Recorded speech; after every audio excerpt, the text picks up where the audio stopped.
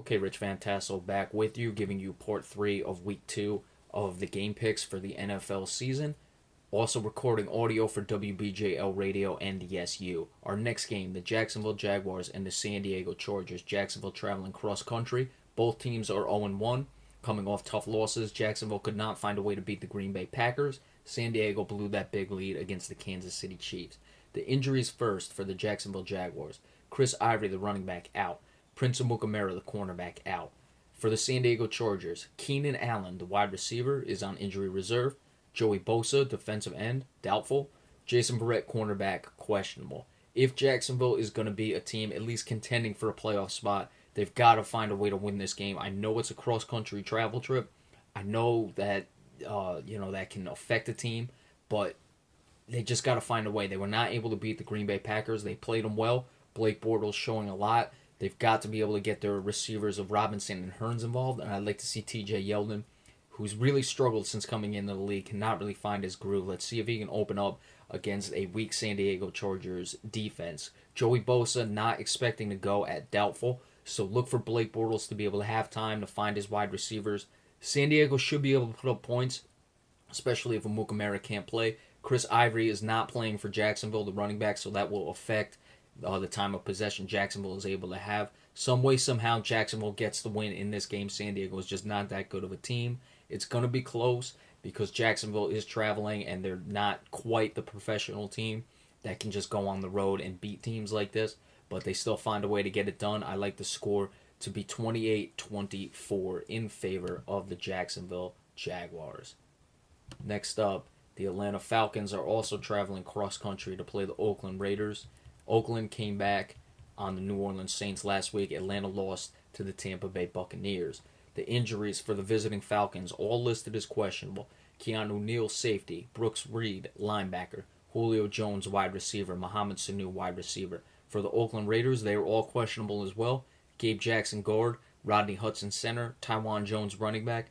Menelik Watson, offensive tackle. So, the potential injuries on the offensive line for the Oakland Raiders could prove costly.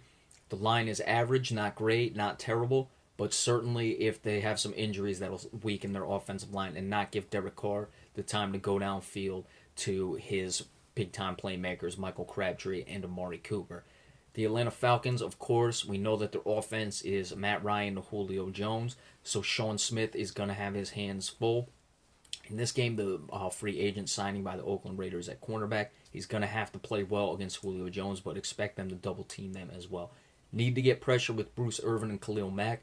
Irvin did have a sack last week. Khalil Mack did not. Look for him to be up in Matt Ryan's face for this game.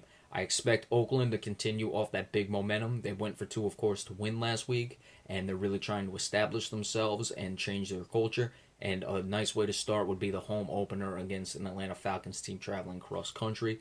Expect it to not be that close. I think Oakland found what they needed in a close game against New Orleans last week.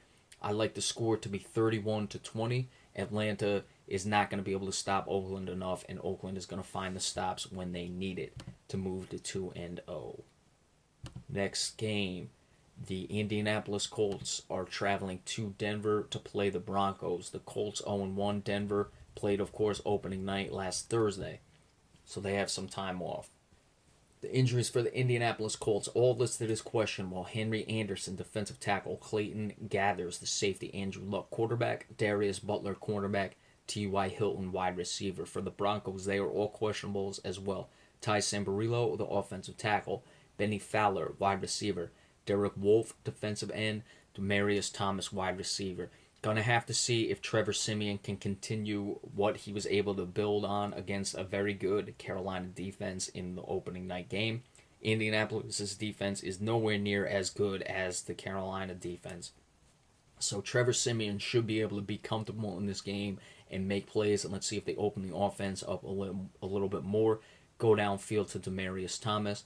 They're going to try to run the ball. They don't really necessarily like to pound the rock. They like to run, a lot of the zone read runs that they have with Gary Kubiak's system. The outside running cutback running game is what they have, but they certainly like to at least mix it in.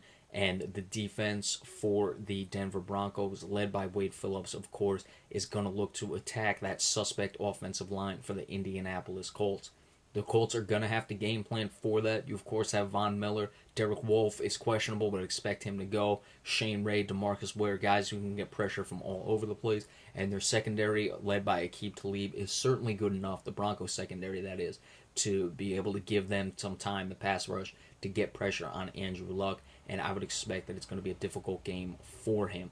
I like Denver to win it fairly close just because I'm not yet sold that Trevor Siemian is going to be able to run an offense all the time. They had a few too many turnovers in week one. They're going to have to cut that down. If the turnovers happen, Indianapolis may have a shot, but we know that Indianapolis has the tendency to turn the ball over as well. I'm liking 24-20 the Denver Broncos in this game. And then the Sunday night game, the Green Bay Packers and the Minnesota Vikings. The Minnesota Vikings are the home team, of course, opening up that new stadium in Minneapolis. The injuries for the road team, the Green Bay Packers, all questionables. Josh Hawkins, cornerback. Jaron Ellington, linebacker. Chris Banjo, safety. Sam Shields, cornerback. Minnesota Vikings, all questionables as well. Nick Easton, center. Xavier Rhodes, cornerback. Sharif Floyd, defensive tackle. McCole Pruitt, tight end, and Matt Khalil, the offensive tackle. Now, indications are that Shaun Hill will start again. I'm a little surprised by this. I don't know why you're giving up a first-round pick to get Sam Bradford in the first place.